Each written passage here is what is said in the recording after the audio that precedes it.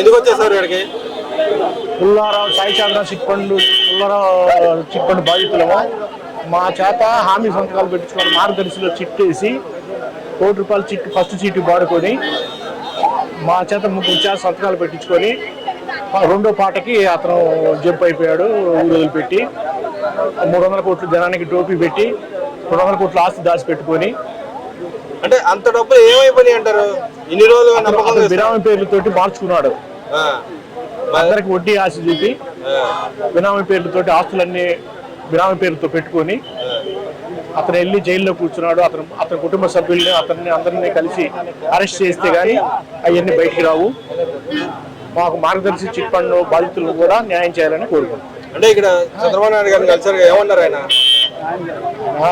అడిగారు, చెప్పారు, ఉన్నారు, మీకు న్యాయం చేస్తామని చెప్పారు. అంటే ఇన్ని రోజులు ఎందుకని?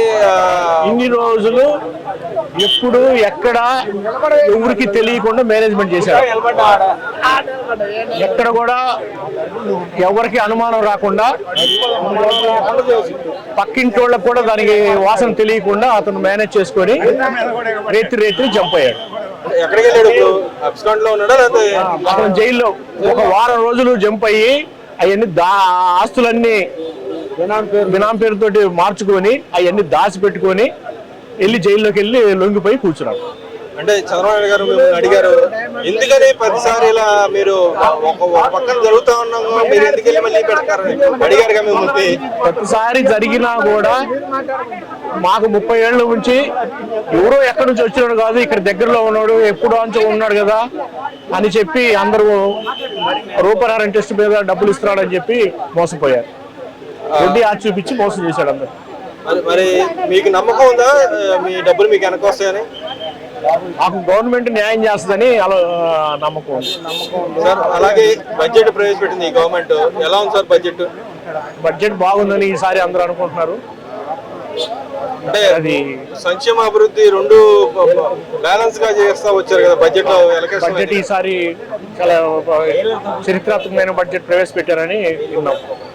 అలా మరి ప్రతిపక్ష నాయకులు ఎందుకని అంటున్నారు ఈ బడ్జెట్ లో అంకెల్ గారి తెలియలేదు సంక్షేమం అంతా కట్ చేస్తారని చెప్పంటారు, నిజమేనా? ప్రతిపక్ష నాయకులు ఎప్పుడు ప్రతిపక్షం కాబట్టి వాళ్ళు అనాలి కాబట్టి ఎప్పుడు అదే చెప్తారు. అదేవిధంగా 3 రాజధానుల ఇష్యూ మళ్ళీ తీసుకొచ్చింది వైసీపీ నాయకులు అంటున్నారు, దాన్ని ఎలా చూస్తారు మీరు? వాళ్ళకి తేలేరు, తెచ్చినా అయ్యే పని. అంటే ఆయన బొత్స గారు అంటున్నారు మా పార్టీలో చర్చించుకొని మళ్ళీ వస్తా ఉంటున్నారు, అంటే ఇంకా నమ్మకం ఉందంటారా వాళ్ళకి 3 రాజధానుల నమ్మకం?